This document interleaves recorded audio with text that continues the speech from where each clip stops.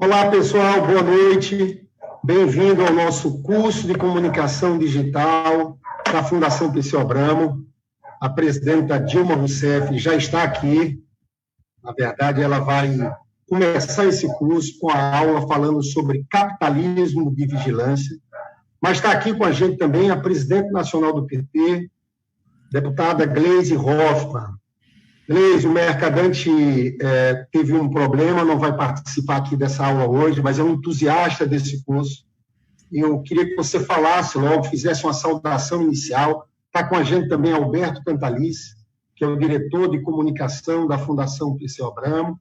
Depois eu, resumidamente, vou falar sobre o curso que vai acontecer e vamos escutar, eu sei que é isso que você quer, a nossa grande presidenta Dilma Rousseff.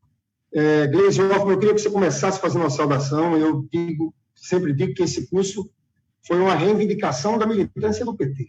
Por onde se faz reunião, as pessoas falam, puxa, nós temos que melhorar na área de comunicação, a nossa atuação nas redes sociais. Eu sei que vocês, o PT agora, criou um número de Zap, que é extremamente importante para a gente construir uma grande rede com os nossos militantes para enfrentar as fake news, a extrema-direita. Então, eu queria passar imediatamente para a Gleisi Hoffmann, presidente nacional do PT, fazer uma saudação na abertura desse curso. Boa noite, Lindbergh. Saudando você, eu quero saudar toda a diretoria da Fundação Perseu Abramo, em seu nome também do Alberto Cantalice, que estão aqui, são diretores. Saudar o companheiro Aloysio Mercadante, nosso presidente da Fundação, e parabenizar a Fundação Perseu Abramo pela quantidade de cursos, propostas, debates que tem feito e auxiliando o partido em todo esse período. E, com certeza, como você disse, esse curso tem uma importância grande para a nossa militância e para as pessoas que atuam em rede. Saudar aqui com muito carinho a presidenta Dilma, que vai nos falar hoje.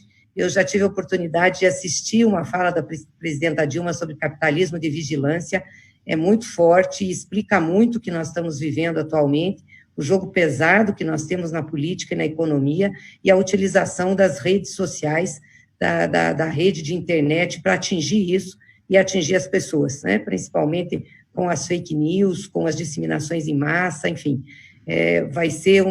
Tenho certeza que vai ser uma fala que vai ser muito importante, mas também as pessoas vão gostar muito, né? A forma como a presidenta tem abordado esse tema.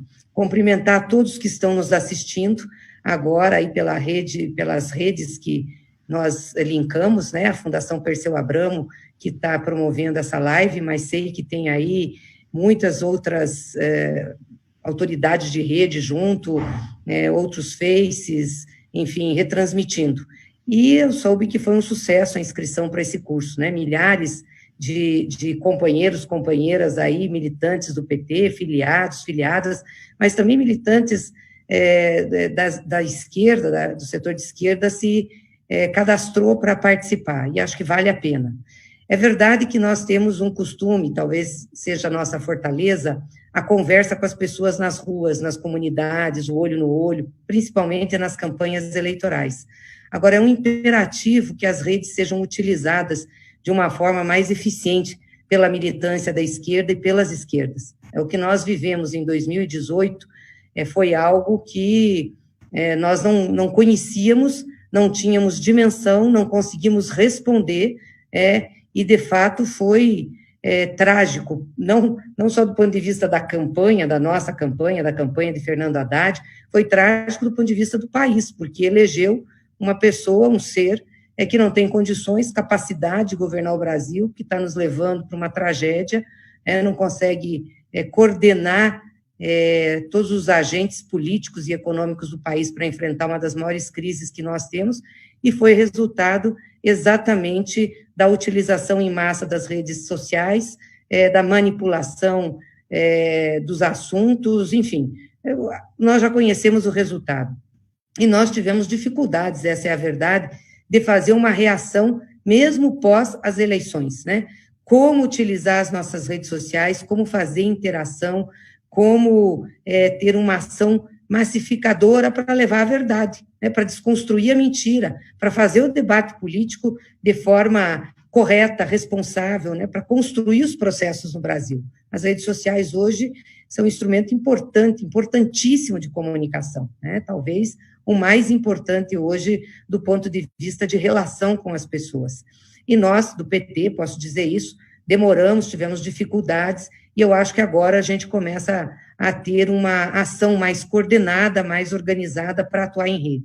Tanto do ponto de vista da ação nas plataformas, como disse o Lindbergh, a criação do WhatsApp do PT, para não é nem interagir, mas para colocar as nossas informações, as nossas notícias, as nossas orientações para o conjunto da nossa militância, como a TV PT, utilizando o canal do YouTube, e como nós lançamos recentemente o Verdade na Rede, que é uma plataforma exatamente para denunciar fake news, para orientar a militância, para capacitar as pessoas que queiram participar desse processo, como os caçadores de fake news, e nos ajudar para que possamos ter respostas a essas mentiras, mas também ações judiciais, para que os responsáveis por ela, não só os que disseminam, mas aqueles que postam nas redes, aqueles que são os responsáveis por inseri-las nas redes sociais, é muito importante.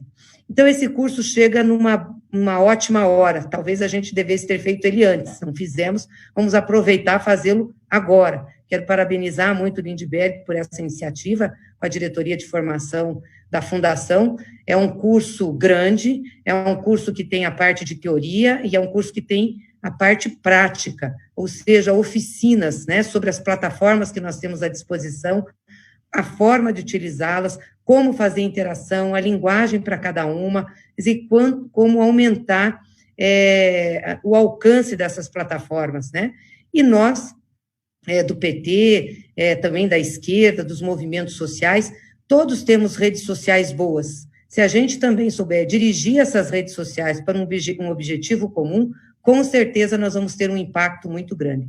Então, além de tudo isso, nós temos que ter uma organização das nossas redes com uma mensagem unificada, principalmente nesse momento, né, um momento que nós temos que fazer um enfrentamento ao governo Bolsonaro e tirá-lo do governo brasileiro. Não é possível a gente continuar com esse presidente.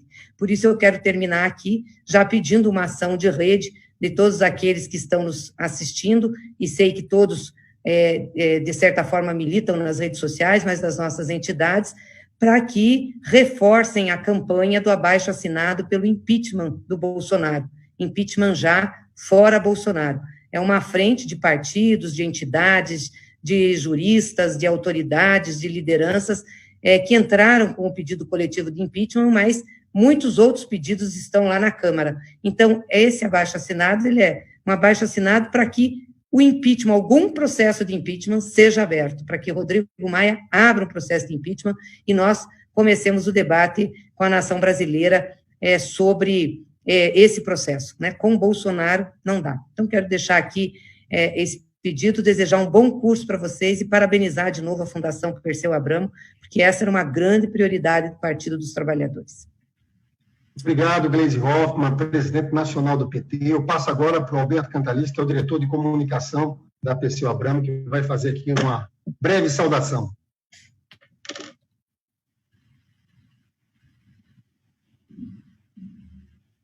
Está sem som, Cantalice. Ele tem de mesmo. E a Dilma é a nossa presidente de honra da Fundação. Quer dizer, nós somos presididos por duas mulheres. Uma no PT, que é a Gleisi, e a outra na Fundação, que é a Dilma.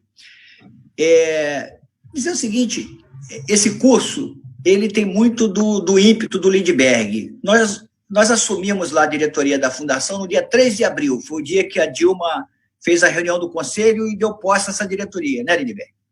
E o Lindbergh, já 15, 20 dias antes de tomar posse, falou, a primeira coisa que eu vou fazer lá é um curso de comunicação.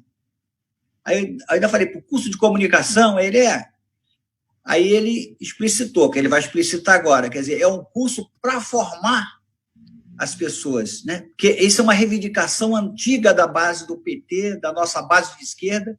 Eu soube que o Lindbergh, que nesse curso tem também milhares de pessoas que ainda não são filiadas ao PT, né? Tem gente que é filiada, a maioria é filiada, mas tem gente que não é filiado. Eu acredito que depois da palestra, da fala da Gleisi que dá palestra da Dilma, aqueles que não são filiados se filiarão ao nosso partido. Porque o nosso partido é o principal veículo de transformação da sociedade brasileira. Se o PT não tiver forte, se o PT não tiver sólido, e aí agora a retomada da rua é fundamental, a democracia brasileira aí, de fato, que vai estar em risco sério. Então, eu queria encerrar rápido, passar para o Lindbergh, porque as pessoas estão aqui ávidas, inclusive eu, para ouvir a nossa Dilma falar sobre capitalismo e vigilância. Ela que foi vítima do capitalismo e da vigilância naquele episódio da NSA, né, que ficou famoso aí na história brasileira. Obrigado, Dilma, obrigado, Gleisi, Lindbergh, vamos em frente. Obrigado, Alberto Cantalice, presidenta Dilma, presidenta Gleisi. Rapidamente aqui eu quero explicar mais ou menos como é que vai ser o curso. Na verdade, o Albertinho falou, a gente tomou posse no dia 3 de abril. Você sabe, presidente, que o Mercadante impõe um ritmo de trabalho. E eu, de fato, a primeira coisa que eu levantei é o seguinte: nós temos que preparar mais nossa militância para esse enfrentamento nas redes. Né? Nós temos 13 mil pessoas inscritas nesse curso, presidente. Estamos com a meta de chegar a 20 mil pessoas. Né? E aqui vai ter uma parte teórica, mas vai ter muita oficina prática. Essa aula que a presidente vai fazer, eu acho que é muito importante. Eu assisti essa aula na UERJ, quando ela foi começar, na verdade, o curso de mestrado também da Fundação Perseu Abramo. Eu ainda não era diretor. E eu acho que é importante, presidente, porque a gente tem que entender o papel dessas plataformas. Quem assistiu Privacidade Hackeada sabe que, na verdade, essas plataformas são grandes conglomerados com interesses econômicos, com interesses, já assistiu com certeza, mostra como foi a vitória do Trump, o papel de Steve Bannon, a apropriação de dados de milhões de cidadãos norte-americanos, também no Brexit. E eu estou convencido que isso também aconteceu aqui no Brasil, na eleição do Bolsonaro. Não foram só fake news, teve disparos ali, existiam dados. Então, eu falo tudo isso porque nós estamos enfrentando uma guerra assimétrica. As coisas não são tão simples, mas eu estou convencido que a gente pode atuar de forma mais organizada, melhorar a nossa atuação para enfrentar a extrema-direita. E é por isso que esse curso tem uma característica, é um curso-ação. Tem uma lógica freiana, é um curso mobilização. Porque a gente vai ter oficinas, mas a gente tem um objetivo maior, que é construir uma rede do lado de cá, uma rede gigantesca. O curso tem que servir para organizar e mobilizar essa rede. A gente tem que montar o nosso gabinete, que não é do ódio, mas a gente tem que, com essa rede de militantes espalhadas pelo país, construir um outro tipo de gabinete da esperança, do amor, o que seja. Eu quero muito agradecer as pessoas que estão participando desse curso, a Manuela Dávila, que vai falar no curso sobre fake news, Jean Willis também, curso sobre fake news, no módulo sobre fake news, Maria do Rosário, Natália Bonavides, o professor da Universidade Federal ABC, Sérgio Amadeu, Fábio Marino, que é do ABIC, da UFES, Beto Vasques, que a presidenta Dilma conhece, o assessor lá do Podemos na Espanha, o José Crispiniano, que é assessor do presidente Lula, a Sabrina Fernandes, que é um youtuber do canal Tese 11, João Branco, do Intervozes, o IBPAD. Como eu expliquei a vocês aqui, pessoal, a gente começa hoje com a presidenta Dilma. No próximo dia 29, a gente vai colocar o módulo 1, todo de uma vez. Você não é obrigado a assistir num horário determinado. Nós vamos passar o link para vocês, vamos passar a senha, e é por isso que a gente está divulgando, viu, Gleice, o canal de Zap da Perseu Abramo, para as pessoas tirarem dúvida nesses cursos. Eu quero pedir a você, nesse primeiro momento, que olhe o e-mail e a caixa de spam, que a gente vai passar o link por isso, mas estamos aqui na tela com esse telefone do Zap. Isso aqui é fundamental para que a gente se comunique diretamente com vocês. Olha, como eu falei da parte prática, né, nós vamos ter, na parte de fake news, que é o segundo módulo, a Manuela Dávila, o Jean Willis, mas, presidente, a gente vai ensinar como as pessoas formarem grupos para derrubarem páginas de fake news. Nós vamos explicar em cada ferramenta como fazer no Instagram, como fazer no Facebook, no Twitter, no WhatsApp. Depois vamos discutir cada ferramenta, né? O que é o Instagram, as diferenças do Instagram. Então, eu acho, pessoal, que esse curso vai ser um curso muito denso. Eu quero muito agradecer aqui a uma pessoa, Fabiano Garrido, que é o coordenador da área de difusão, que a gente assumiu não faz 3 meses, e o Fabiano Garrido pegou essa tarefa, está trabalhando 24 horas. Quero agradecer o Julian, que está ajudando ele.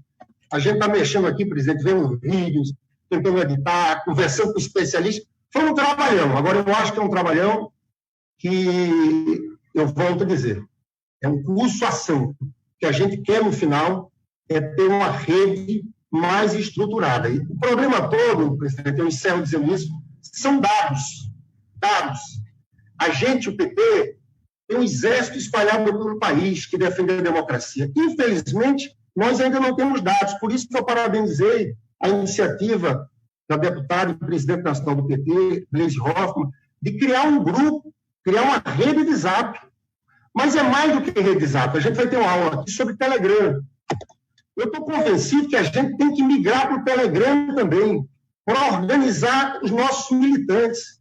Uma cidade média do Brasil, nós podemos, no grupo do Telegram, presidente, diferente do Zap, no grupo de Zap limitado, você tem 256 pessoas, você pode colocar 5 mil militantes, tudo junto no grupo de Telegram. E estão dizendo que vão mexer, vai ter uma regra mais dura no Zap na reta final. Então, veja bem, tanto o Zap quanto o Telegram funcionam como instrumentos também de organização política da nossa militância. Então, eu acho que esse curso aqui, olha, eu estou muito animado e feliz por ter ajudado a contribuir com esse curso. Eu queria só que o Sérgio passasse um vídeo de 3 minutos e a gente, logo depois do vídeo, começa a palestra, essa aula dessa grande mulher, a nossa presidenta Dilma Rousseff. Muito obrigado a Gleisi, a Alberto Cantalice, a Dilma. Sérgio, coloca o vídeo.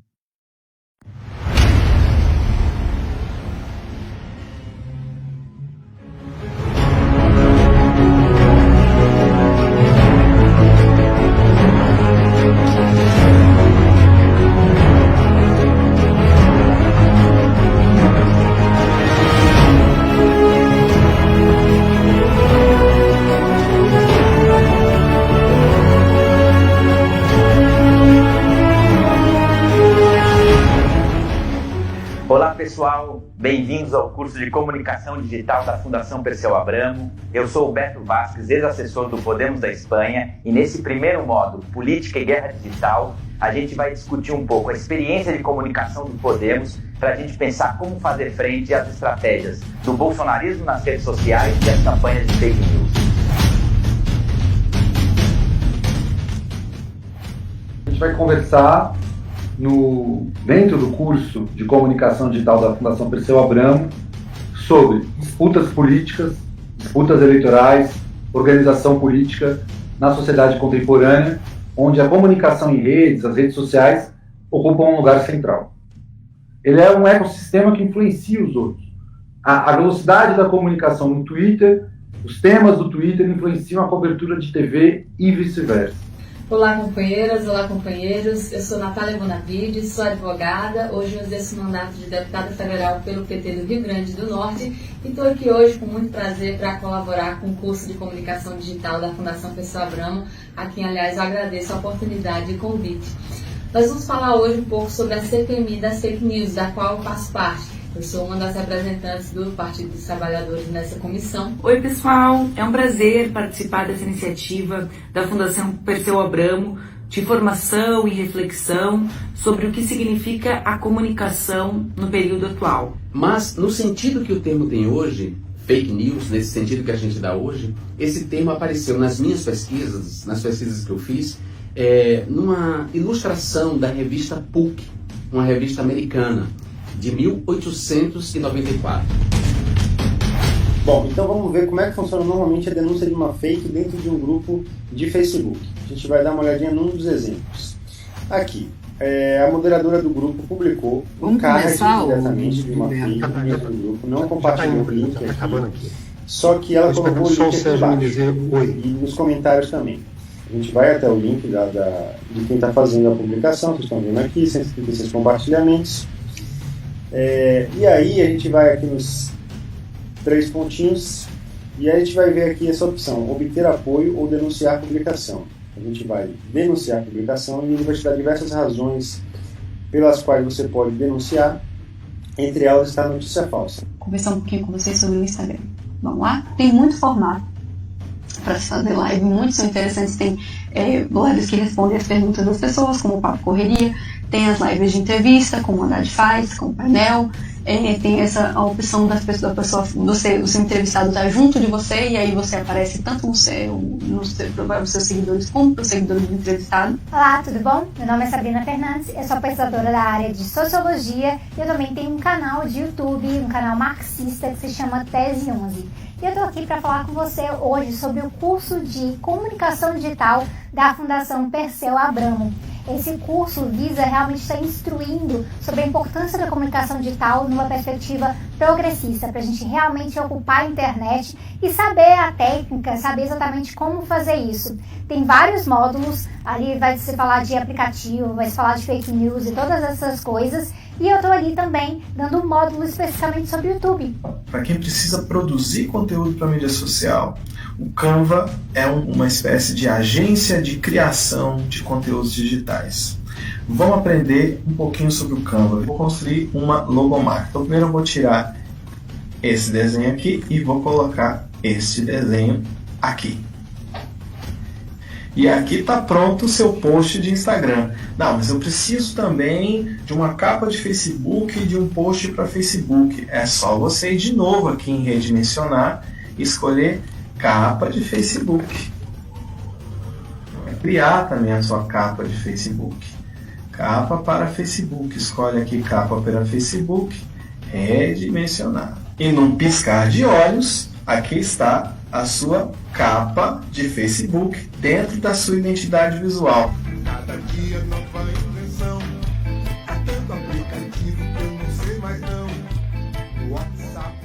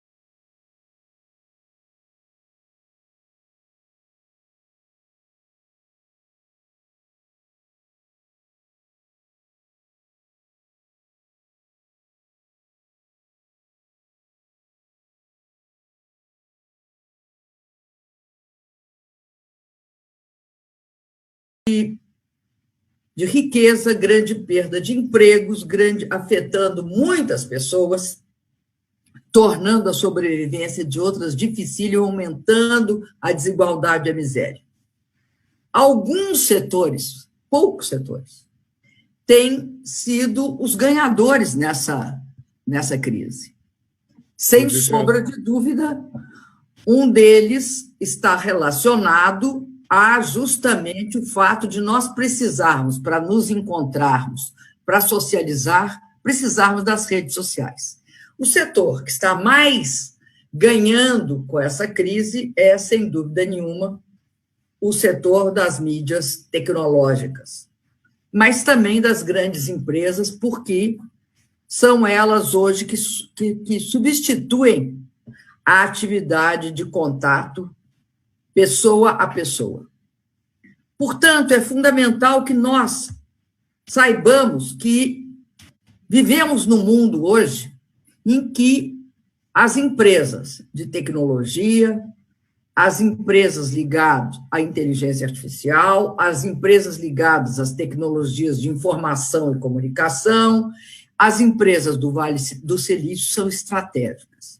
Para entender a comunicação, para entender do que se trata, é importantíssimo começar compreendendo como é que tudo isso se situa. Eu queria começar dizendo que o que chama-se capitalismo de vigilância não está limitado à propaganda, não está limitado aos anúncios ou a qualquer atividade comercial específica, assim como a produção de massa no capitalismo industrial não esteve limitada à fabricação do modelo T da Ford, apesar de ter começado ali. É verdade que, rapidamente, o capitalismo de vigilância tornou-se um modelo padrão para acumular capital no Vale do Silício, abarcando quase todas as empresas de inteligência artificial ou de tecnologia de informação e comunicação, as TICs. As startups, as empresas unicórnio e os produtores de app. Todos eles estão dentro desse grande grupo chamado capitalismo de vigilância. É fundamental compreender que o capitalismo de vigilância ele integra a fase neoliberal, financiarizada do capitalismo, operando dentro dele, no seu interior, e se subordinando às suas regras. Uma das principais autoras sobre capitalismo de vigilância, que é a professora Shoshana Zuboff, mostra que o Google funcionou como uma espécie de Ford, ou seja, foi o berço e a empresa pioneira do capitalismo de vigilância. É fato que no final da década de 90, início da década dos 2000, as novas empresas de tecnologia e informação do Vale do Silício, sobretudo Google, foram sujeito e objeto de uma forte especulação no mercado financeiro. Suas ações alcançaram altas muito importantes, quase extraordinárias. No entanto, como toda bolha no mercado financeiro, em março de 2000, a bolha explodiu. As ações despencaram e a empresa sofreu uma enorme perda financeira. Isso foi conhecido como a crise da internet, ou a crise da bolha financeira das empresas.com. A partir daí, a exigência de maximizar a remuneração dos acionistas e dos investidores da Google, apresentando resultados financeiros no curto prazo, sempre crescentes, fizeram a Google mudar o modelo de negócio. Ou seja, ela não investia mais, ou melhor, não reinvestia mais, apenas na qualidade e na melhoria do seu aplicativo de busca, como o seu CEO, Larry Page, cantava em prosa e verso. Essa empresa ela passou a buscar mais do que informações para o seu sistema de busca. Ela percebeu que havia a possibilidade dela obter o que foi chamado, por exemplo, pela Shoshana Zuboff, de excedente comportamental, em inglês, behavior surplus, transformando, portanto, o objeto de negócio num poderoso engenho na área de modelagem da demanda futura. que é isso que o Google passou a fazer. Como é que isso se deu? O Google foi a primeira empresa a praticar esse capitalismo de vigilância em grande escala, criando um modelo com base na propaganda focada. Os fundadores viam que o rastreamento do comportamento das pessoas e a venda de informações para as empresas de propaganda, no início, viam isso como um anátema, achavam isso um horror. Mas a crise mudou essa percepção.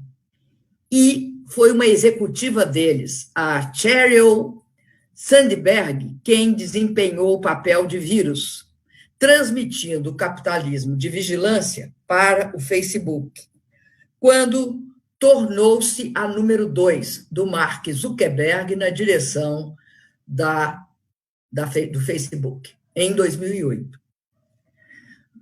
Hoje, o capitalismo de vigilância, antes da gente explicar como é que ele funciona, não está mais restrito a algumas empresas, ou mesmo a um setor pequeno da internet. Espalhou-se por um leque muito grande de produtos, serviços e setores econômicos, incluindo seguro, varejo, finanças, saúde, entretenimento, transporte, dando nascimento a todo um ecossistema de fornecedores, de produtores, de consumidores, do que os americanos chamam de market makers, traduzindo literalmente fazedores de mercados, e market players, ou seja, agentes de mercado. Aproximadamente cada produto, cada serviço que tiver na frente a palavra smart, ou seja, que vai haver uma interconexão com ele, ou que é personalizado, ou como eles chamam, customizado, cada aplicativo viabilizado pela internet, cada assistente digital, todos são uma espécie de interface, de uma grande cadeia de busca e fornecimento de dados, em um fluxo contínuo, para que esse conjunto de dados passem a ser mais que informação, se transformem numa forma de predição da demanda em um mercado futuro na economia da vigilância. Então, a dualidade da tecnologia da informação, ela fica clara. Ela, primeiro, tem a capacidade de digitalizar, de informatizar dados, né? Ela coloca sob a forma de dados. Mas também tem aquilo que é chamado de informate. O que é informate? É traduzir coisas, experiências, buscas, likes, processos digitais, comportamentos, até olhares. Tudo é informação.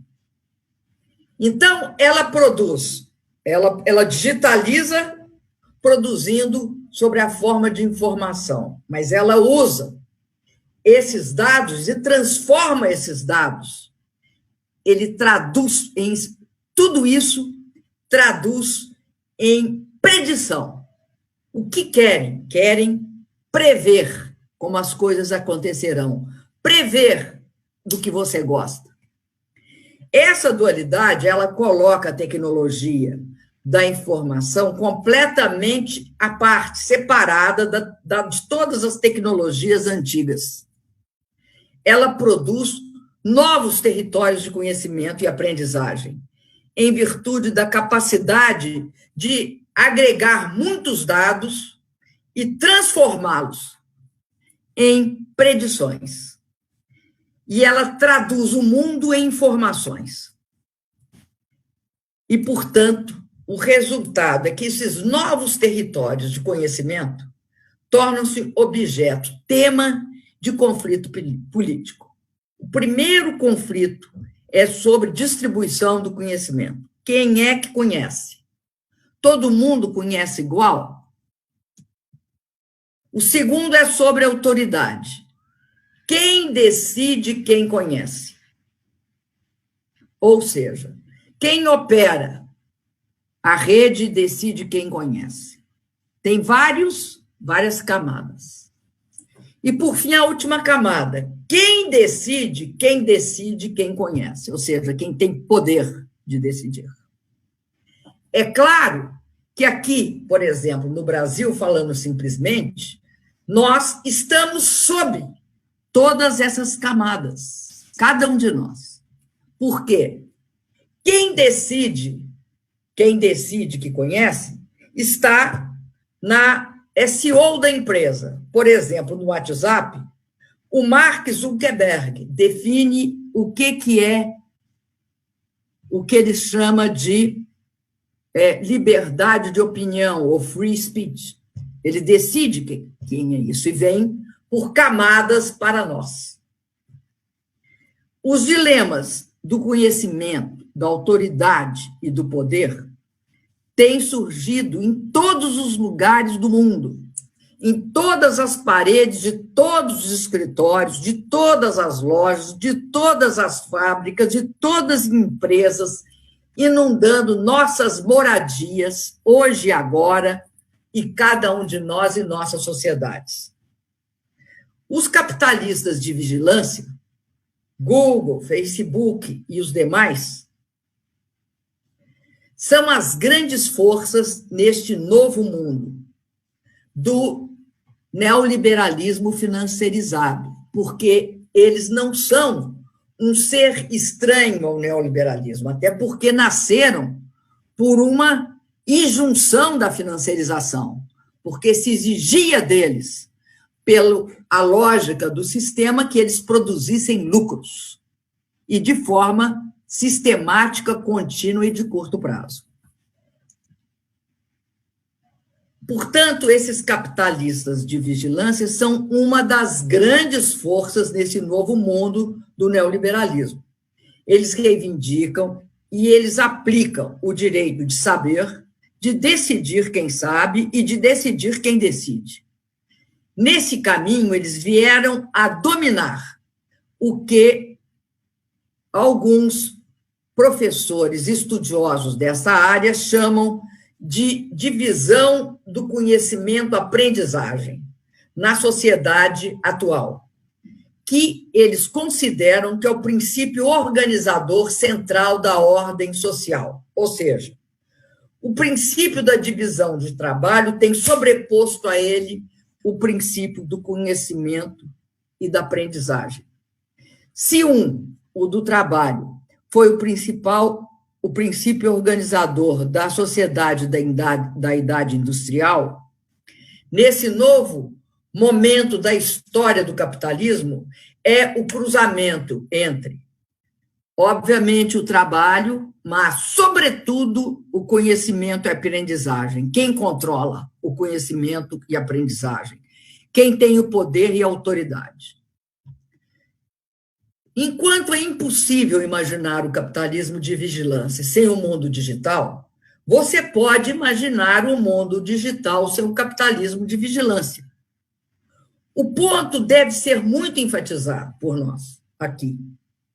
Porque o capitalismo de vigilância não é uma tecnologia, ele não é obrigatório e ele não é inexorável.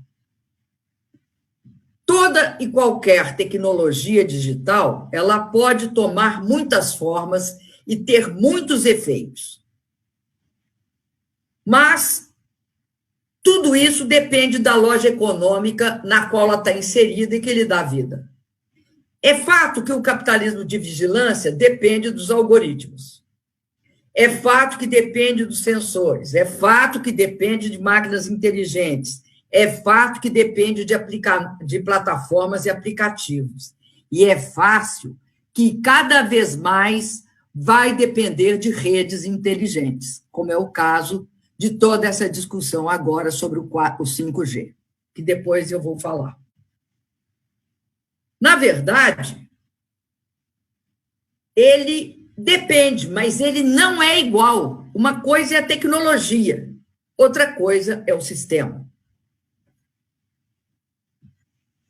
O capitalismo de vigilância, ele só é possível e ele só tem todas essas características quando está intimamente relacionado com o modelo capitalista neoliberal financiarizado, que reduz o papel do Estado, que torna o papel do Estado mínimo e que impede sistematicamente o controle social por meio do Estado desse sistema.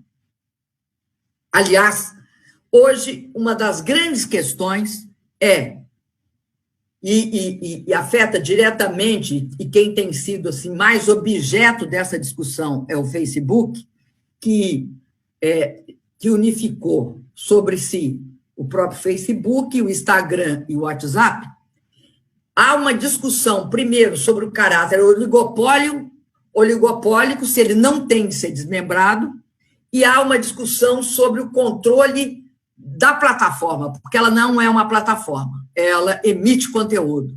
E como emite conteúdo, ela impacta todo o sistema democrático. Bom, de qualquer jeito, o capitalismo de vigilância é uma das formas possíveis que pode assumir, na terceira revolução industrial, o uso econômico e social da tecnologia. Nós vamos lembrar aqui que a primeira revolução tecnológica foi a máquina a vapor, lá nos inícios da Revolução Industrial. O segundo foi a eletricidade. E alguns falam que tem um terceiro, mas eu vou dizer que tem um terceiro que é a inteligência artificial e as tecnologias de informação e comunicação. E que a propriamente dita terceira revolução industrial é constituída por isso. A eletrônica está junto disso. Na verdade, em termos de modificação estrutural, equivale a uma segunda revolução industrial. É diferente, revolução tecnológica e revolução industrial. A revolução industrial ela é feita por tecnologias com grande e amplo espectro, que afetam toda uma sociedade, todo um sistema econômico. Então, a grande questão não é realmente a tecnologia. A grande questão é o fato que nós vivemos um sistema econômico e social que originou dentro do capitalismo neoliberal uma atividade que nós chamamos de capitalismo de vigilância. E esse capitalismo da vigilância ele está mudando de foco. Do indivíduo, ele está indo para populações, para cidades inteiras, eventualmente para países, por exemplo, quando se tratar de sistema eleitoral, para sociedades como um todo. E ele é atraído sistematicamente para atuar em mercados futuros, ou seja, para intervir sobre a forma de predição como os acontecimentos se desenrolam. E essa predição que começa prevendo que um consumidor pode querer, como ocorre na internet, pode querer consumir desde que ele consumiu tantos produtos desse tipo, passa por previsões de maior fôlego, como é o caso de prever como e o que quer um segmento social da população. Então, esse sistema de predição, o interesse fundamental dele é ter acesso a tantos dados quanto forem possíveis para buscar se aproximar da certeza, o que é muito difícil, é sempre uma tentativa sistemática de invasão e de interferência para se aproximar da certeza. Há, sem dúvida nenhuma, uma curva de aprendizado quando os capitalistas de vigilância começaram a buscar maximizar os ganhos com seus produtos de predição. Primeiro, aprenderam o quê? Aprenderam que quanto maior o volume e a quantidade obtidos, mais oportunidades para gerar um excedente de informação sobre como as pessoas vão se comportar, o que vão comprar, o que vão querer, o que pensam. E daí, obviamente, como elas se comportam, significa que eles terão sobre essa questão, quanto maior o volume de informação e a quantidade, o que a gente chama de economias de escala na predição. Portanto, quanto maior dado, melhor a predição. Aprenderam ainda que quanto mais variado for o excedente, maior o seu valor preditivo, ou seja, maior a possibilidade de interferir no consumo, na demanda, nas relações entre indústrias, nas cadeias produtivas. Isso gera o que se chama economias de escopo. Então, quanto maior variedade, melhor a predição. Isso vai obrigar todo mundo a sair do seu espaço, da fábrica, do escritório, e buscar, através do sistema móvel, o conhecimento. Tem de estar no mundo, né? Tem de olhar como a pessoa dirige, ela corre, ela compra, ela procura um espaço para estacionar, como é que ela... como é que são os dados sobre o seu sangue, sua face, e sempre localização. A localização é fundamental. E a curva foi adiante, a curva de aprendizado. E aí eles chegaram e perceberam que os dados mais comportamentais, mais preditivos, eles podiam obter do que se chama economias de ação. Ou seja, quando o próprio sistema gera uma ação no estado atual, né, na vida, no mundo, capaz de permitir que você estude o comportamento e modele o comportamento para resultados comerciais e de todas as formas, incluindo políticos.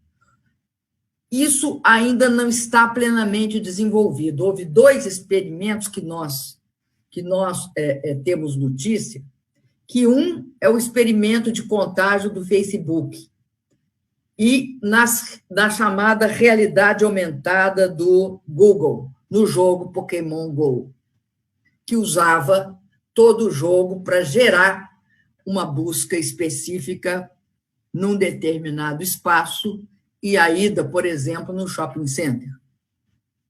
Bom, mas de qualquer jeito, nas 2 últimas décadas, os capitalistas de vigilância, na medida que nasceram no seio do neoliberalismo, tiveram seu caminho livre e desimpedido por nenhuma ou quase nenhuma interferência de leis e de regulações. Pelo contrário, em alguns países, como os Estados Unidos, explicitamente se dizia que eles não eram objeto de regulação de conteúdo, porque eles eram só uma plataforma. Essas perigosas assimetrias de conhecimento e poder sem precedência estão sendo institucionalizadas. Exemplo disso são, primeiro, esses capitalistas têm uma simetria em relação à sociedade. E essa simetria tem vários movimentos que as institucionalizam. Primeiro, os monopólios de dados científicos. Segundo, a dominância tida por essas empresas, por esses capitalistas da vigilância, na área de inteligência de máquina. Extremamente significativos, a imensa capacidade que eles têm. Hoje, através de todos os seus sistemas de máquinas, que se comportam como meios de produção do capitalismo de vigilância. 3, os ecossistemas de fornecedores e consumidores, que eles se apropriaram deles e têm o controle deles. Seus lucrativos mercados de predição e prognóstico. Sua habilidade de modelar o comportamento de indivíduos e populações. A gente lembra aqui o que aconteceu com o Facebook em Myanmar, que eles usaram o Facebook para promover quase um genocídio sobre aquela população rohingya. Sua imensa capacidade, aí eu já estou em qual? Eu já estou no primeiro, monopólio; segundo, dominância na área de inteligência de máquina; terceiro, ecossistemas de fornecedores e consumidores; quarto, lucrativo mercado de previsão e prognóstico; quinto, a habilidade de modelar o comportamento de indivíduos e populações; sexto, a capacidade de manipulação de resultados eleitorais, mitigando a democracia e aumentando o poder de interferência política desses grupos. E mais dois, o poder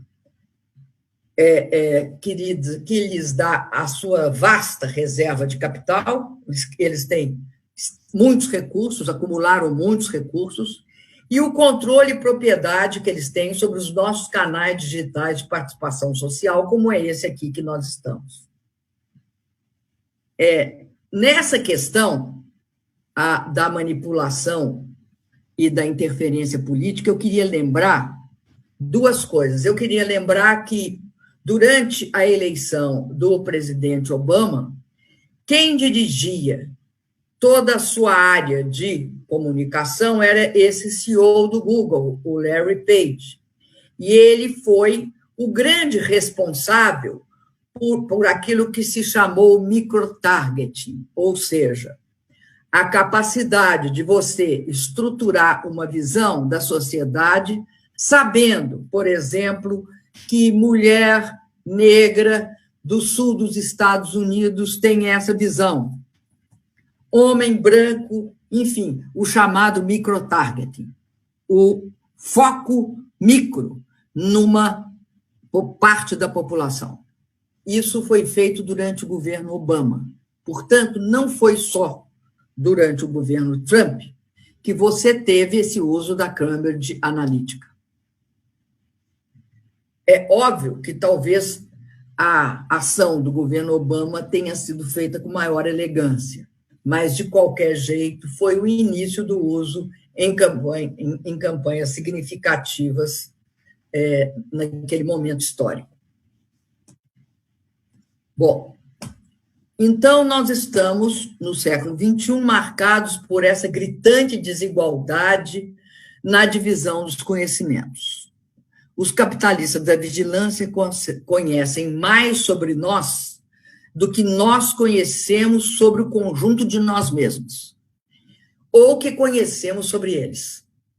Essas novas formas de desigualdade social e de conhecimento são extremamente antidemocráticas. Por isso, me chamou a atenção a fala do Lindbergh, quando ele mostra que esse curso tem por objeto dar condições para que você passe a ter também o seu conjunto de dados e que você possa entender o momento e como é a atuação naquele momento. E elas são antidemocráticas da forma como os capitalistas de vigilância as usam. Por quê? Primeiro, porque é importante a gente saber que os capitalistas de vigilância não dependem das pessoas como consumidores, como se dependia antes. Na verdade, a oferta e a demanda orientam as empresas do capitalismo de vigilância a recorrer, não àquele momento dado, mas a recorrer à antecipação do comportamento das populações, dos grupos e dos indivíduos, para definir e modelar até seus gostos. Segundo, porque pelos padrões históricos, as empresas do capitalismo de vigilância empregam relativamente menos trabalhadores comparadas com os seus recursos computacionais sem precedência. Por exemplo, a General Motors empregou 870 mil pessoas durante o auge de uma crise da Grande Depressão, mais trabalhadores do que o Google ou o Facebook empregaram no auge da sua capitalização de mercado, ou seja, quando eles valiam mais, eles só empregaram 80 mil. Essa discrepância ela é muito interessante, porque mostra uma baixa participação dos capitalistas de vigilância nas condições de bem-estar da sociedade. Terceiro, o capitalismo de vigilância ele depende da redução da autonomia das pessoas, dos grupos sociais, dos trabalhadores. Depende do bloqueio da autodeterminação coletiva e individual. E depende do congelamento dos direitos de decisão pessoais e políticos, em nome daquilo que se chama um fluxo desobstruído de dados comportamentais que alimentam os mercados e que, deixemos claro, são sobre nós e não para nós. Aqui é interessante, quando a gente fala dessa desobstrução, lembrar que essa questão é uma questão que está na pauta, não aqui no Brasil. A União Europeia fez toda uma legislação sobre o problema do controle da ação desses grupos. Não se sabe ainda da capacidade disso produzir algum efeito. Mas, de qualquer forma, é visível o interesse por exemplo, do Facebook, de fugir a qualquer forma de regulação. A regulação econômica, que implica em obrigá-los a não concentrar tanto capital e a não controlar sozinhos 2 bilhões de pessoas no mundo inteiro, que é a capacidade deles, o que eles propõem quando há uma ação? Porque, vamos lembrar, o neoliberalismo reduz toda a regulamentação, toda a regulagem de todos os setores econômicos, em nome do fato de que isso seria muito mais eficaz. Então, beneficiando-se disso, né, há a ação do Facebook, mas também há uma baita reação contrária de setores os mais variados, políticos, econômicos, sindicais, intelectuais, de universidades, do Partido Democrata, que passa a exigir um maior controle econômico. O que prega, então, o Facebook? Não quero controle do Estado. Eu quero um controle privado, ou seja, eu crio um comitê de controle privado sobre os meus dados. E aí a gente vê que dá nisso que deu agora, quando o Trump propõe a intervenção nas manifestações antirracistas, ele se nega a bloquear o chamado mais violento de que um presidente pode fazer, que é falar que vai botar o exército na rua. Bom, de qualquer jeito, né, esse caminho de manter sempre desobstruído e tirando os direitos democráticos das pessoas é crucial para o capitalismo da vigilância. Então, com isso, eu quero deixar que eles farão o possível e o impossível para não serem regulados pelo Estado. O que encontra suporte na visão neoliberal do Estado mínimo, que desmontou a regulação econômica, que é omissa em relação à regulação de conteúdo, que deixa discursos de ódio, de preconceito, proliferar, e as fake news. Em síntese, pela força de sua experiência, na anexação da própria experiência humana, né, pela força da anexação da experiência humana, o capitalismo da vigilância atinge exclusiva concentração de conhecimento e poder, que sustenta sua privilegiada influência na divisão do conhecimento e do aprendizado. A gente pode ficar se perguntando, como é que isso começou?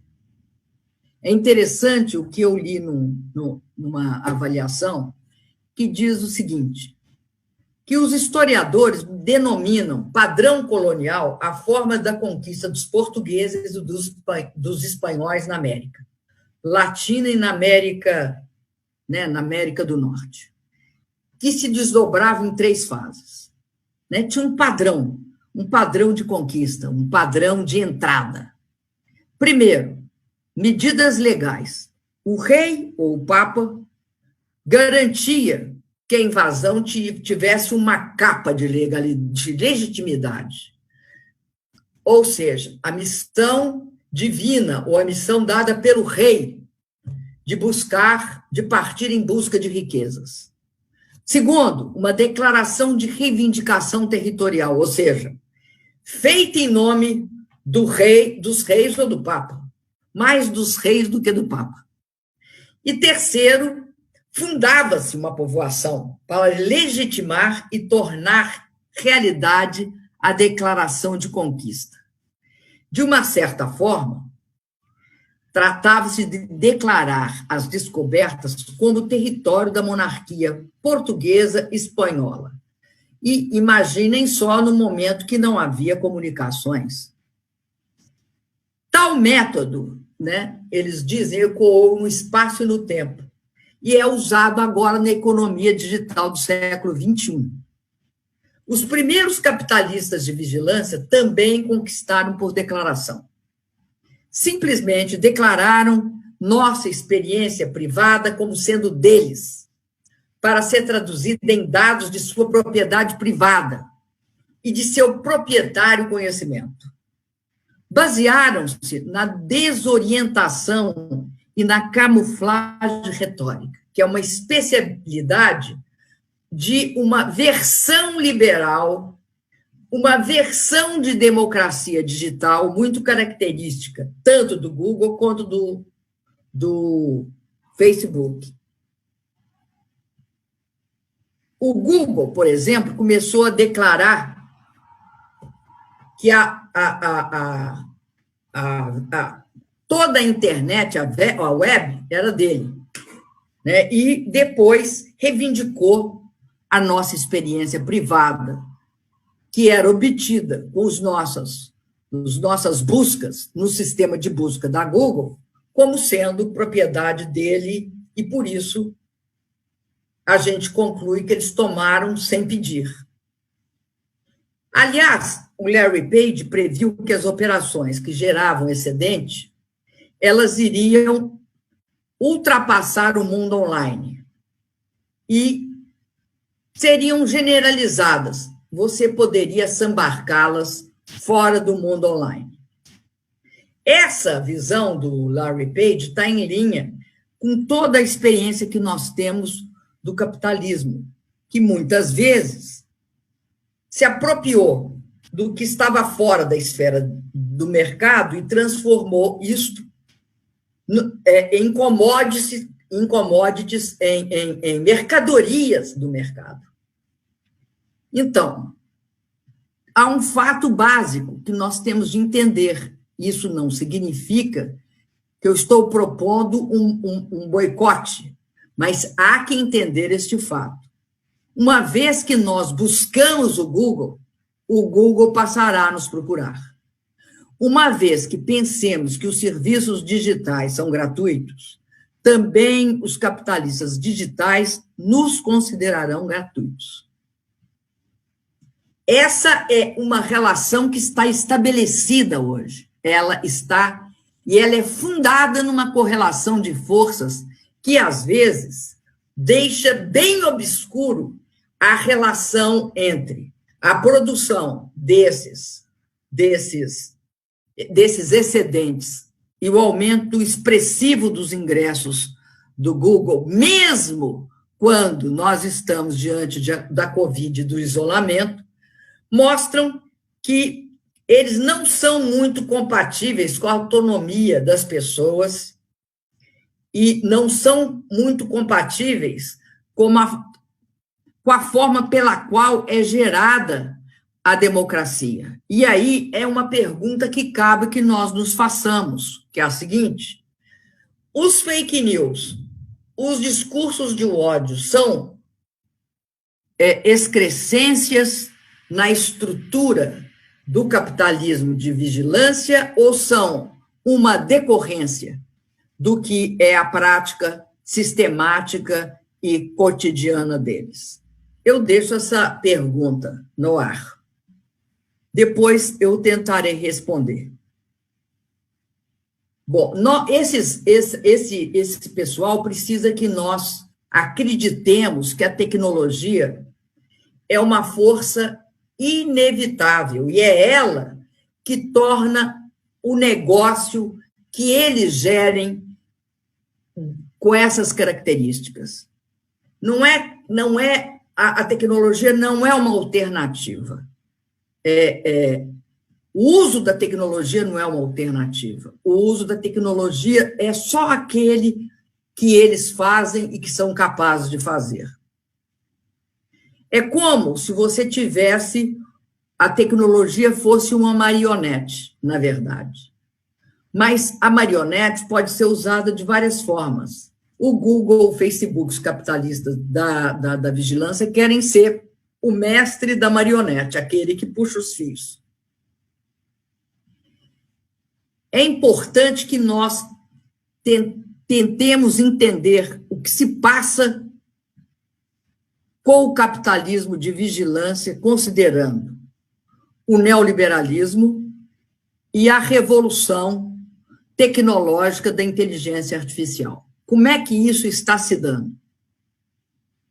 Primeiro, no que se refere ao neoliberalismo. A tríade do neoliberalismo, financiarização, ampliação da desigualdade e corrosão da democracia, busca estar presente em cada país e região do mundo. Ela sempre estará presente. A grande barreira a essa tríade tem sido o que resta dos estados de bem-estar social e a ação de governos populares e progressistas. Na verdade, as finanças assumiram um volume desproporcional de poder em termos econômicos e políticos em todo o mundo.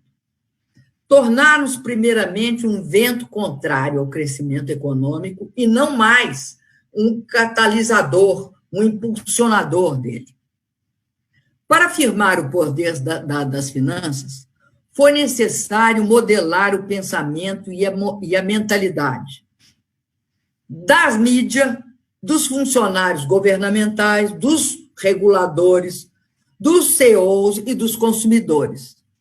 Um exemplo muito claro disso é a Globo News, que, durante uma crise horrorosa, durante uma crise em que há queda em todas as economias, inclusive nas mais avançadas, as mais ricas, há quedas brutais do PIB, os capitalistas estão correndo de investimento, eles são procíclicos, né? Todos os grandes investidores são procíclicos, ou seja, piorou, eles pioram ainda mais. Melhorou, eles melhoram. Mas nós estamos num momento de depressão, então agora é impossível ter investimentos externos. E muito menos investimentos dos empresários brasileiros. E aí a Globo News canta em prosa e verso é interessante, né, o que eles chamam marco regulatório do saneamento. E dizem que vão atrair investimentos. Da mesma forma, o que fez o Paulo Guedes, né, dizendo que a gente trataria o Covid em termos econômicos, financeiros e sociais na base das reformas, da continuidade das reformas e da pauta absolutamente de corte de gastos. Tudo isso é uma espécie de captura cognitiva que é feita nos outros países, mas aqui tudo se passa como se fosse mais atrasado. É esse fato também que explica essas decisões políticas do governo, que fica paralisado diante da crise. Enquanto isso, ninguém pode chamar de bolivariano o ex-presidente do Banco Central Europeu, que diz: há que fazer os bancos centrais né, fornecerem aos tesouros nacionais os recursos necessários, como imprimindo moeda. Da mesma forma, o exemplar maior das finanças no mundo, o jornal Financial Times, coloca o seu principal editor econômico dizendo o seguinte: não haverá hipótese de ter, pós-Covid-19, uma política que não tenha foco na tributação, principalmente das grandes fortunas e da herança, e, portanto, dos ganhos de capital. Então, essa captura cognitiva ela é intensa, mas ele tem essa margem de valores, porque, no fim, eles vão todos falar que é fundamental não dar tanta força assim para os estados nacionais, que são elementos eminentemente gastadores e perdulários. Mas eles não explicam como é que eles são necessários, por exemplo, para enfrentar uma pandemia. Então, qualquer decisão política dos governos pode resultar em grandes ganhos para a indústria financeira e em severas perdas para os trabalhadores. Por isso, é fundamental essa relação de captura cognitiva, que é estabelecida e que se desenvolve sistematicamente. Explicam por que o sistema financeiro e as empresas do capitalismo de vigilância, as FAANGs, por exemplo, nos Estados Unidos, Facebook, Apple, Amazon, Microsoft e Google, não têm regulação apropriada, que os obriga a fazer o que eles foram criados para fazer, ou que deviam ter sido criados para fazer: apoiar, dar sustentação à sociedade, dar sustentação à possibilidade de intercâmbio aberto entre as pessoas, e, no caso do setor financeiro, apoiar os setores produtivos industriais, agrícolas, de infraestrutura, energia, gerando emprego e fazendo a sociedade se movimentarem. Portanto, essa lógica que coloca também a visão nos lucros dos acionistas e nesse lucro no curto prazo, ela tem um papel de sufocar a invenção e a tecnologia, o crescimento. Por quê? Porque o crescimento tem de ser no curto prazo. Isso explica por que a participação em pesquisa e desenvolvimento da Apple, que é uma das grandes empresas dessa área, em relação às vendas, vem diminuindo desde 2001, mas agora está se tornando extremamente complicada e perigosa para a empresa, que vem perdendo a cada dia que passa a posição. Isso explica, entre outras coisas, porque a Huawei chinesa passa a ter no cenário internacional uma posição de destaque. E a Huawei não compete com as empresas americanas, mas sim com uma empresa que é coreana do Sul, a Samsung. É importante repetir isso. A desregulamentação exigida pela financiarização reduz o investimento privado na produção de tecnologia e na inovação, pois as empresas passaram a ganhar mais simplesmente movimentando o dinheiro. Isso é geral na economia americana e explica muito do seu crescimento lento. Outra questão que nós devemos destacar é o fato de que o Estado vem sendo paralisado na questão estratégica do desenvolvimento, em ciência e tecnologia. No governo Lula, se começou a fazer que o Estado voltasse a investir de forma significativa nestas áreas. Eu acho importante uma observação de uma professora italiana que trabalha na Inglaterra, chamada Mariana Mazzucato, que até esteve aqui no Brasil, no seu livro O Estado Empreendedor. Ela revela que muitas das mais aclamadas inovações de nossa época decorrem das pesquisas realizadas com recursos públicos e depois transferidas para o setor privado com baixo ônus. Na verdade, o Estado foi fundamental na criação de algumas tecnologias. Eu estou me referindo ao Estado norte-americano, por meio do Departamento de Defesa e seus laboratórios. Por exemplo, estava por trás do crescimento do GPS, que viabilizou o Uber. Desenvolveu em profundidade os fundamentos que tornaram possíveis os algoritmos de busca do Google. Possibilitaram os smartphones por meio da internet, novamente do GPS, do touchscreen, do display, do reconhecimento de voz, que também foram feitas nos laboratórios de pesquisa do governo e transferidas para o setor privado. Os grandes grupos farmacêuticos, tecnológicos e bancários financeiros conquistaram um volume grande de riqueza e renda, sabendo traduzir isso em produtos. Bom, uma das coisas importantes que nós temos a analisar é a inteligência artificial, que, sem dúvida, vai oferecer ganhos para a sociedade como um todo. Mas, dado essa estrutura que nós vivemos, ela não dará apenas vantagens pessoais, como vai melhorar diagnóstico médico, customizar a educação para estudante individual, fazer a gestão de transporte e energia, podendo melhorar até a qualidade da justiça.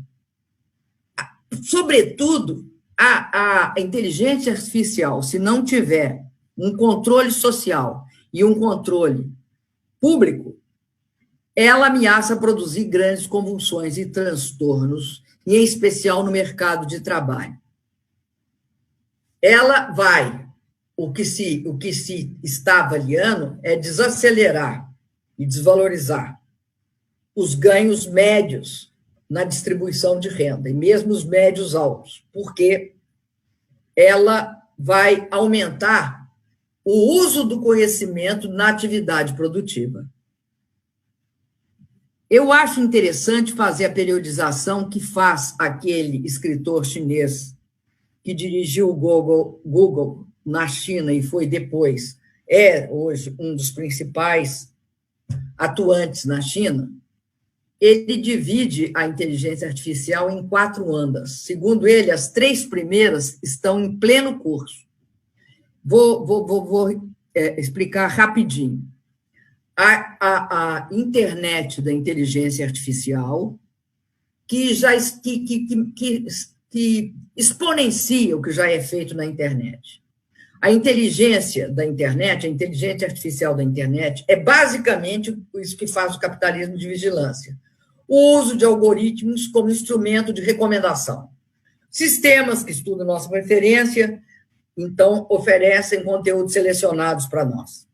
Dependem da capacidade de coletar e da quantidade de dados digitais coletados. Isso nós já vimos. A partir do momento que esses dados são marcados, ou seja, nossas compras, likes, views e momentos de lazer, são usados para formatar algoritmos. E essa experiência essa relação é cada vez mais circular. Nós sabemos que foi usando esses métodos que a Cambridge Analytica mirou e entendeu os eleitores durante a campanha presidencial dos Estados Unidos e que aqui, em 2018, houve esse imenso controle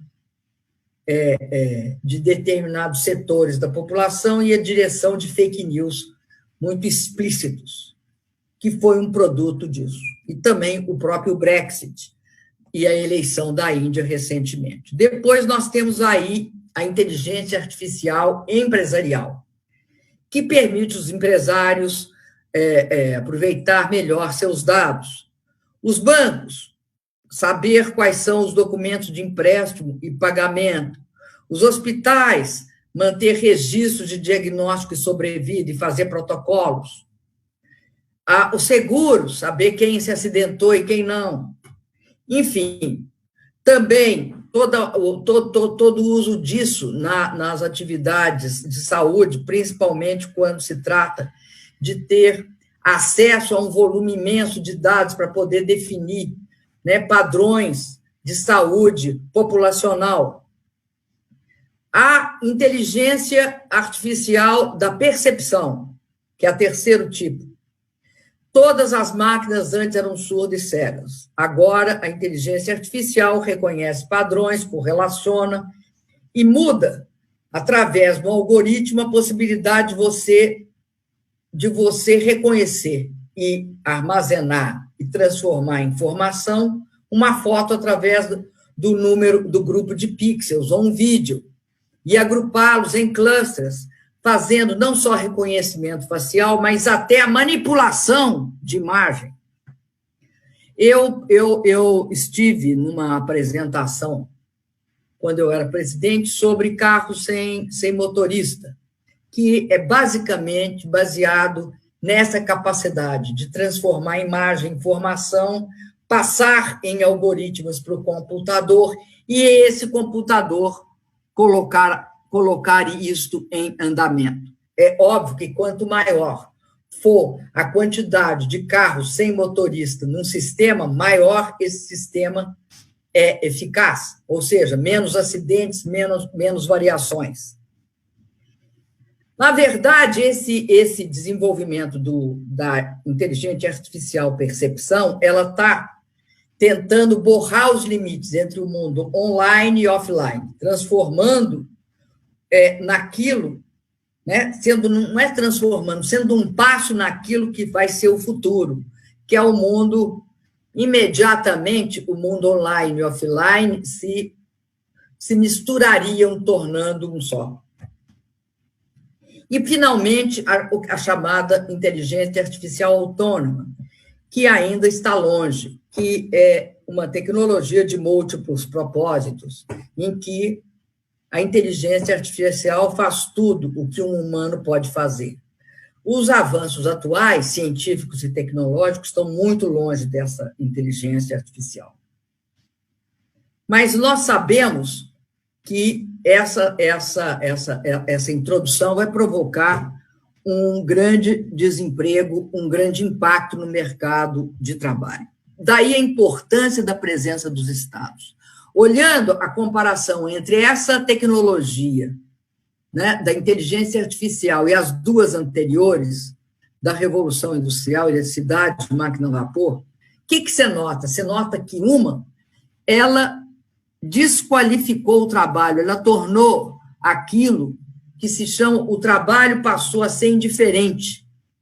E, ao passar a ser indiferente, no primeiro momento, houve um impacto, mas, no segundo momento, houve uma expansão e absorção de muitos trabalhadores. Essa tecnologia, que faz parte de tecnologia que chama de alcance geral, que afeta todas as áreas, ela vai ter um efeito, que é um impacto profundo no mercado de trabalho.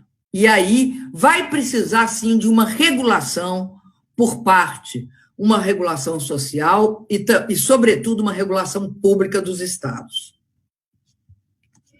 Eu queria destacar o efeito sobre a democracia, que produziu, junto com, obviamente, ampliação imensa da desigualdade, o fato que houve toda uma deterioração democrática derivada do neoliberalismo, derivada da perda de importância da participação popular e do aspecto democrático da democracia, que a democracia tem duas tradições, uma liberal-democrática e outra baseada na soberania popular, que não está só no voto, mas está na participação das pessoas. Considerando tudo isso, mesmo assim, é importante mostrar que as redes, na medida que elas concentram conhecimento, na medida que elas permitem a manipulação dessa dupla conhecimento-aprendizagem, elas podem manipular cultural e ideologicamente um conjunto populacional. Então, lembrando a eleição do Bolsonaro. É claro que o Bolsonaro envelopou a sua mensagem, né? A sua mensagem baseada na segurança e na corrupção. E foi eficaz. Mas é importante que nós olhemos a questão do discurso sistemático, discurso de ódio, de desmonte, sem a menor regulação. É claro que o WhatsApp, naquele momento, foi um instrumento obscuro desse processo e que o Bolsonaro continuou praticando no primeiro ano de governo. E continuou praticando e mantendo essa parcela sob seu controle através das redes sociais. Mas aconteceu um problema para ele. Ele não estava preocupado em nenhum momento em governar. Ele não tinha nenhuma preocupação com a governabilidade. Então, o que esse senhor fez? Ele passou a governar para as redes sociais, para todo esse processo que foi instaurado no Brasil nessa união entre o neofascismo e o neoliberalismo. Eu não vou me estender nisso, mas eu vou dizer o seguinte, que o grande problema do Bolsonaro está quando ele é obrigado a governar. Diante da Covid, ele é obrigado a governar. E aí começam os problemas a aparecer. E os problemas vão desde um avanço da tentativa de passar, na sua incompetência, o bode, transferir a responsabilidade para outros, e daí a importância do eterno confronto com as instituições, Supremo e Congresso, mas também inviabilizando os governadores na sua ação contra o Covid-19. E mesmo aí, ele vai ter uma importância, ele vai usar as redes de forma bastante, eu diria assim, complementar e substitutivo de uma ação de governo. Isso fica claro naquela reunião do dia 22 de abril. Eu gostaria, de passar por uma questão que hoje apareceu em todos os jornais, que foi o embaixador americano falando que o Brasil jamais poderia adotar a tecnologia 5G, que isso seria algo absurdo e quase determinando que o Brasil não adotasse essa tecnologia. O que é fundamental na tecnologia 4G? Ela tem características que eu acho que seria importante que a gente olhasse.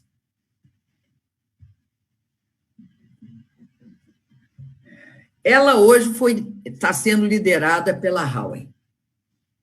E o que ela permite? Ela permite que, além de uma internet sem wireless, ou seja, uma internet digital wireless mais rápida, de carregamento quase instantâneo, ela representa também um avanço tecnológico em diversas áreas da vida humana. Por quê? Ela conecta na mesma rede desde carros autônomos até o controle de sistemas domésticos de iluminação e de ventilação. O sistema 5G ele é crucial para a internet, para a inteligência artificial, para a internet das coisas, para a utilização da tecnologia de nuvem e para a comunicação.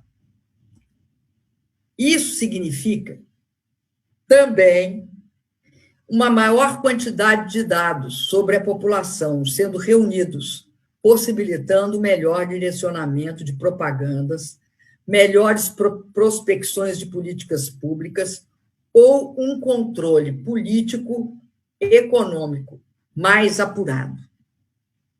Não é à toa que os membros do que se chamou e convencionou chamar Five Eyes, que são 5 olhos, que é os Estados Unidos, o Reino Unido, Canadá, Austrália, Nova Zelândia, eles fizeram um acordo de banir os produtos da Huawei para manter sua posição de primazia na espionagem. Nós tivemos uma pré-estreia disso quando a NSA, a Agência Nacional de Segurança Americana, fez aquela espionagem, vamos dizer o nome verdadeiro, sobre o meu gabinete, a Petrobras, sobre o gabinete da Angela Merkel. Enfim, esse protagonismo na área de informática, diante da 5G chinesa, eles perdem. Mesmo com isso, qual é a atração da 5G chinesa? Ela se dá por razões econômicas, porque elas usam as redes menores, as redes anteriores, mais antigas, mais lentas, né? Elas usam para a primeira fase da sua implantação, para as comunicações. E ela tem implicações profundas, né, para consumidores e militares em todo o mundo. Ela oferece uma velocidade de banda larga muito mais rápida, até 100 gigabits por segundo, em algumas frequências. O aumento da velocidade será o primeiro recurso que vai ser implementado, uma vez que a tecnologia necessária para isso pode, basicamente, era isso que eu estava falando, ser incorporada à arquitetura da rede 4G LTE existente. Mas, diferentemente dessa tecnologia 4G, desenvolvida principalmente para smartphones e navegação celular tradicional, o 5G foi projetado para uma expansão dramática de aplicativos, com uso intenso de dados, que vão muito além dos smartphones. Como a China investiu muito nisso, os Estados Unidos ficou para trás. Não há nenhuma outra tecnologia 5G imediatamente disponível. E 2 recursos que ela tem hoje são muito exigentes. O primeiro ela vai permitir uma comunicação ultra confiável e de baixa latência, necessária para usos críticos, porque, por exemplo, carro sem motorista não pode ter atraso na conectividade, por daí a baixa latência. E também ela tem que ser ultra confiável, ela não pode cair. A outra é a capacidade de lidar com a próxima explosão. A próxima explosão tecnológica vai ser a capacidade de comunicar máquina a máquina, com dispositivos interconectados, transferindo oceano de dados cada vez mais profundos, entre eles como parte do que é conhecido como internet das coisas. Daí é dramático o que o governo Bolsonaro fez. Os Estados Unidos jamais se dispõem a desenvolver tecnologicamente, com um país em desenvolvimento, tecnologias deste porte 5G. Ao passo que a proposta da China é formar, porque lhe interessa, porque ele vai lhe dar maior profundidade e sustentação, é formar com países emergentes esta rede internacional. Então, eu queria só destacar que isto também terá implicações no capitalismo de vigilância, na medida que colocará à disposição deles, quando isto acontecer, uma imensa capacidade, um poder imenso de manipulação. Bom, então, finalizando, tá? O capitalismo de vigilância é um fenômeno produzido por nós, pelo homem, por relações sociais, econômicas, mas é no reino da política que ele vai ter de ser confrontado. Os recursos das nossas instituições democráticas, eles vão ter de ser mobilizados, incluindo aí nossos representantes eleitos, que são recursos fundamentais. Eu já falei sobre a lei da União Europeia sobre proteção de dados e privacidade. No Brasil, é importante a legislação contra as fake news, as investigações sobre o uso das fake news, uma legislação punitiva sobre o uso das redes para propalar, estimular e organizar a violência. Mas nós temos de focar mais longe. E nós temos de olhar como regular em profundidade as redes sociais. O tempo dirá se nós vamos conseguir construir e empoderar um novo paradigma de informação no capitalismo. Daí a importância desse curso. Por quê? Transformar sempre começa por compreender. E compreender não é um ato individual. Compreender, para ser capaz de transformar, tem de ser um ato coletivo. E aí compreender em todos os aspectos, sendo capaz de perceber que tem níveis diferentes de capacidade de compreender certos assuntos em certos setores, quando em outros você vai estar mais avançado. Mas esse é um processo que é um processo necessariamente de exercício coletivo. Não há um plano simples.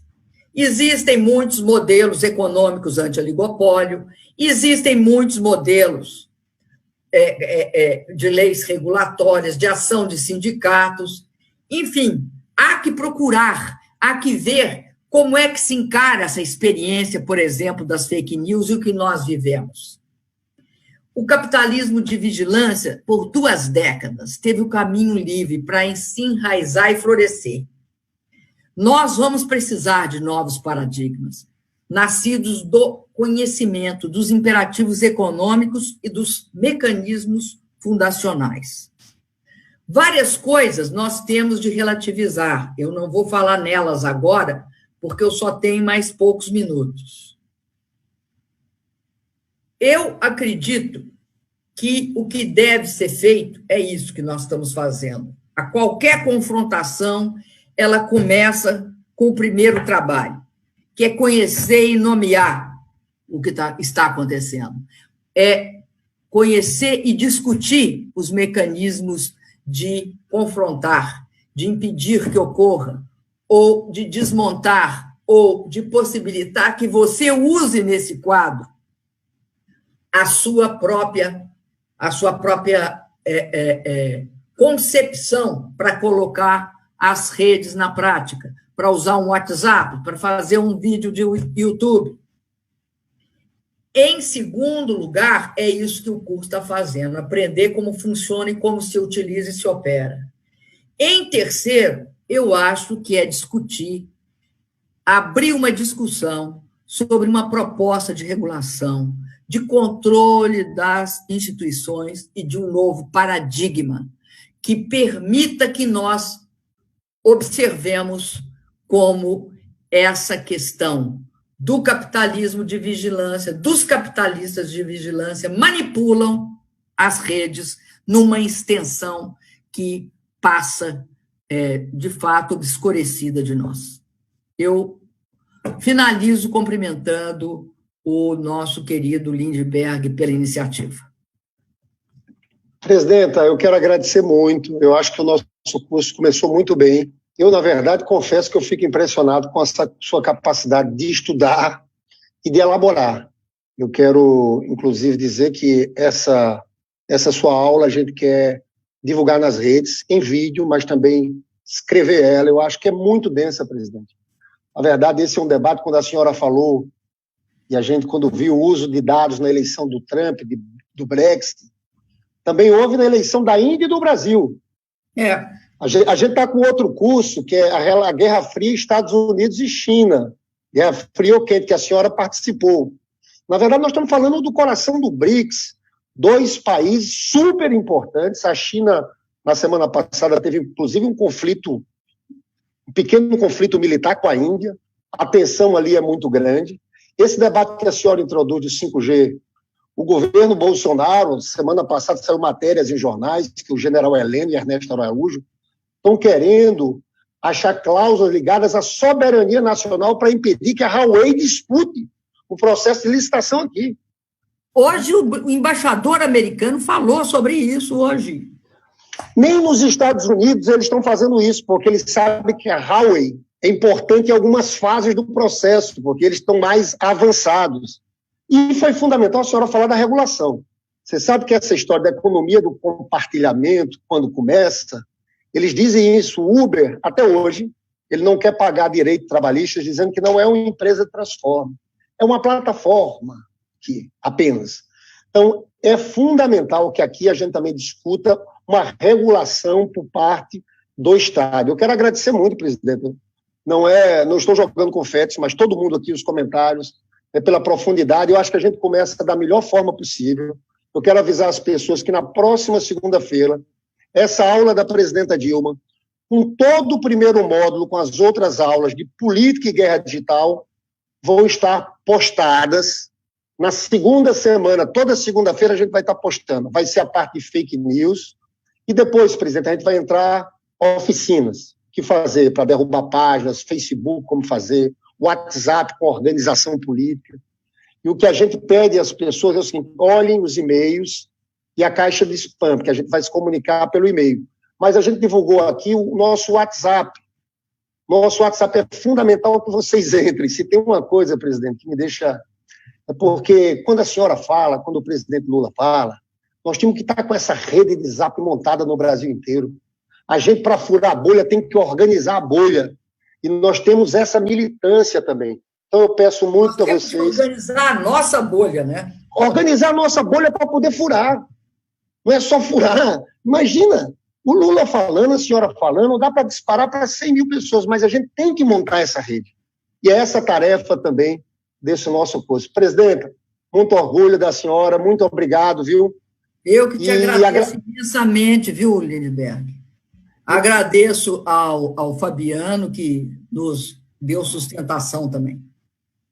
Nós já tivemos 4 mil pessoas assistindo o nosso curso, 2.650 nessa sala do YouTube, as pessoas que estão participando, um número bastante expressivo.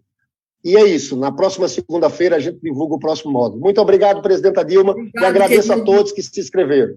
Eu também agradeço a todo mundo e um beijo para todos.